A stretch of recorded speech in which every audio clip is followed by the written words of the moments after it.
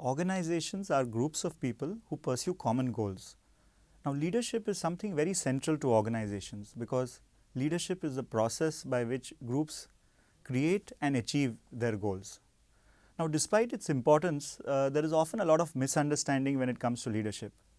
And one of the reasons for that is that most of us are amateur scholars of leadership right from childhood.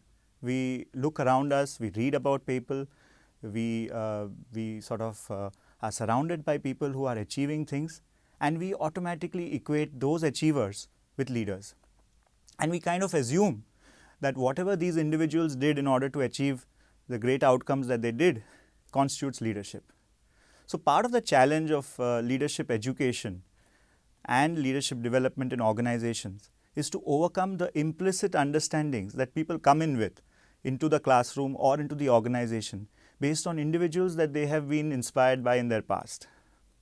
Now, since the last 30 years, organizations, scholars have been looking at the subject of leadership, and now they have a more or less reached a consensus on broadly three things.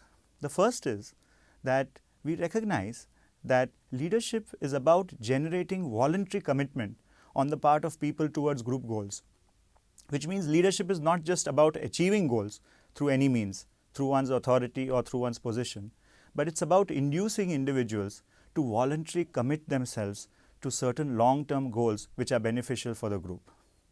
The second thing that people have realized about leadership is that leadership is not so much about the individual, the leader, it's more about the relationship.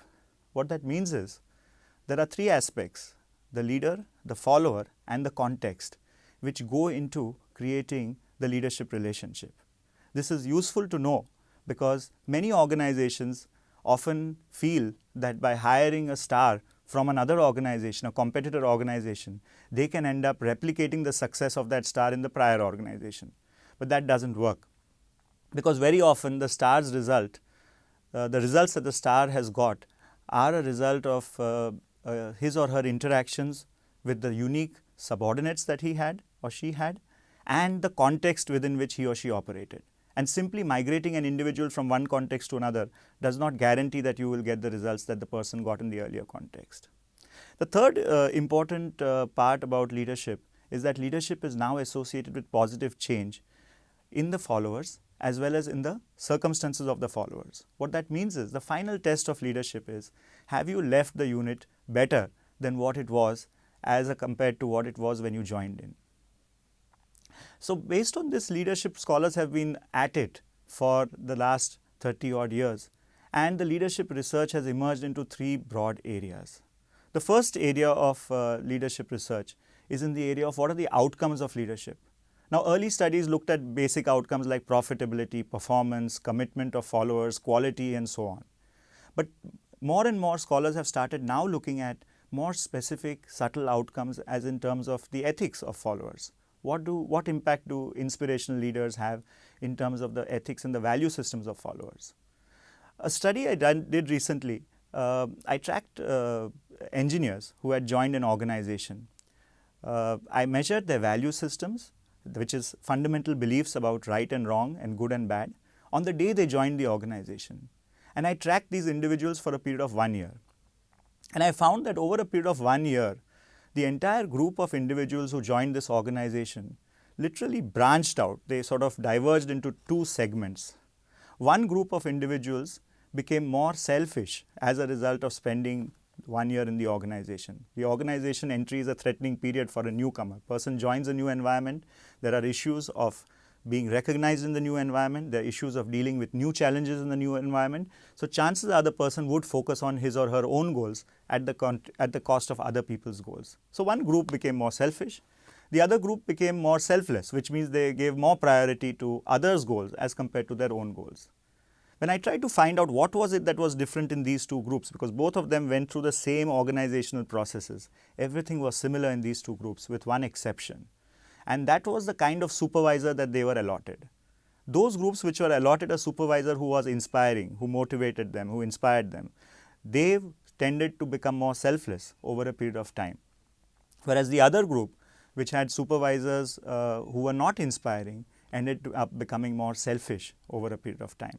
What that means is leadership can have real outcomes when it comes to your workforce. If you want a workforce which is more concerned with group goals, then we need to look at the kind of leadership that we have. The second question that has bothered OB scholars and practitioners more so is that how do we go about selecting leaders, because it's important for us to select the right kind of leaders in an organization. Here again we started off with the usual suspects. We tried to look at whether personality traits predict leadership, tried to look at whether intelligence predicts leadership. We found some correlation, but it was very weak. More and more studies have now started looking at subtler aspects of an individual's personality, such as values and motives, and there seems to be some promise. A study which I did a while ago found that leaders who were more duty oriented, that means those who felt that they had a sense of obligation towards their team members, were more likely to be perceived as leaders by their subordinates.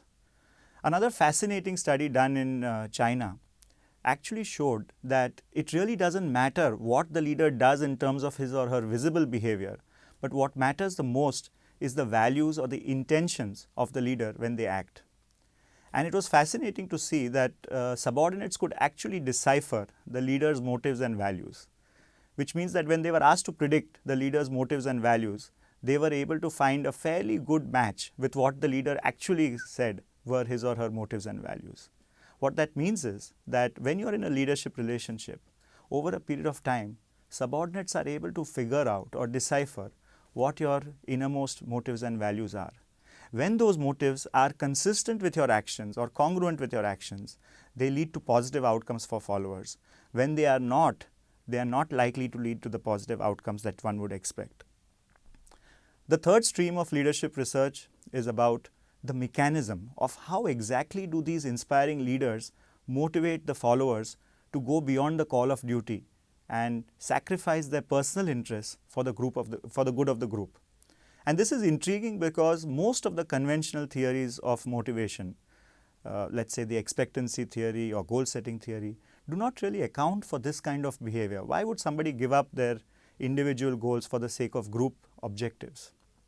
Here again, a recent research in the form of identity-based motivation seems to give us some glimmer of hope to explain how the leaders inspire their followers.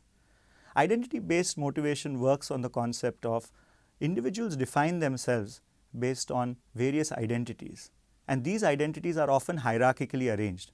Certain identities are immediately accessible to one's consciousness, and certain identities are more deep down in one's consciousness.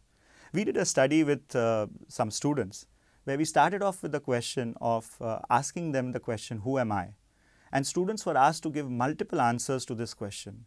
So people were asked to respond to this question, who am I, in as many ways as possible. So people came up with a list of answers to the question, who am I?